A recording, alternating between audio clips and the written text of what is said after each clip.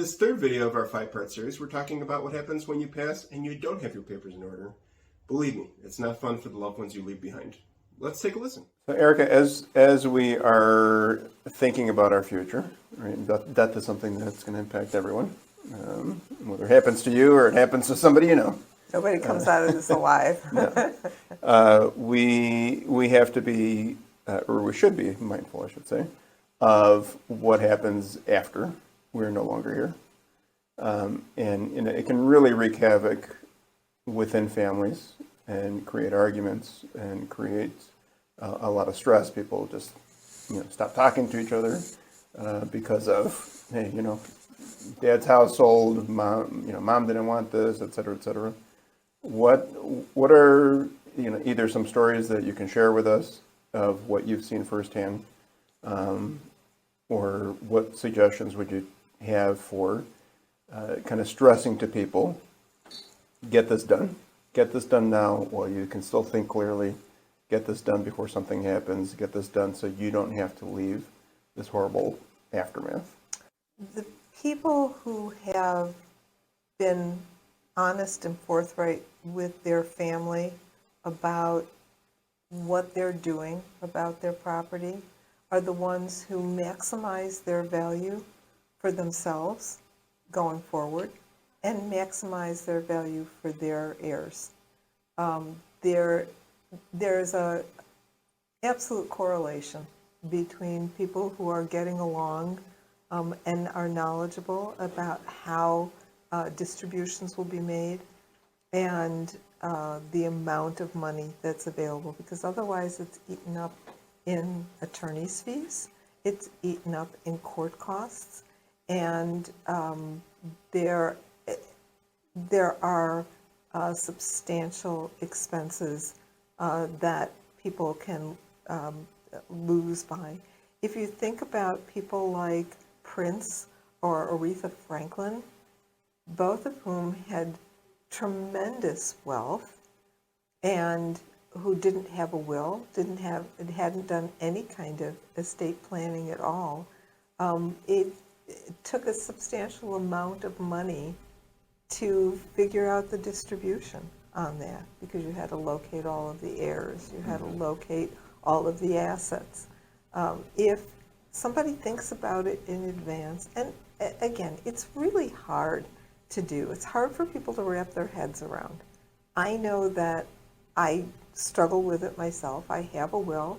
My will still names my sister as the guardian of my children, both of whom are adults. Mm-hmm. It's time for a new will.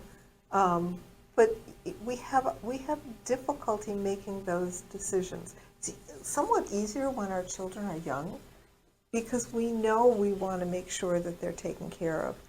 As they get older, we acquire more and we have more to distribute. And to the extent that we have people on the same page as far as what we're going to do, we will maximize the value of the property. And to touch on that, I think the one thing that we don't necessarily realize until we go through it ourselves, and I should really push somebody to, hey, let me get my paperwork in order, is that we don't have the opportunity to really grieve in peace, because it becomes just a bunch of business transactions. You need to pick this, you need to pick that, you need to pick that, and then for the services, who are you going to use for the catering, et cetera, et cetera. And you only have 3 days off from work for most people, right? And then you go back to work and you haven't even dealt with the loss of your loved one. This would make it so much easier for the surviving heirs and just the family as a whole, most likely. It's like, hey, this is what I want to happen after I go. Please do it, whether you like it or not. This is what I want done. Please do it so that you can just follow my instructions and grieve. That's such a good point, Rick. It really makes it much easier for people if you acknowledge that you're not going to be here forever, that there's an end date for your life, and that there is going to be a distribution of your assets. There's a joke amongst lawyers that if you haven't written a will. The state of Illinois has done it for you. Yeah. and that they will determine, there will be a way of determining how assets are distributed. If you want to be the master of your fate, if you want to make decisions as to who you want to favor, or that you want to make sure that things are evenly distributed, you need to make those decisions. And we've sat and done estate planning with clients who have changed their minds repeatedly while we're drafting the documents, after we've drafted the documents. But all of that can be captured. It all can be captured. You can make whatever decisions you want.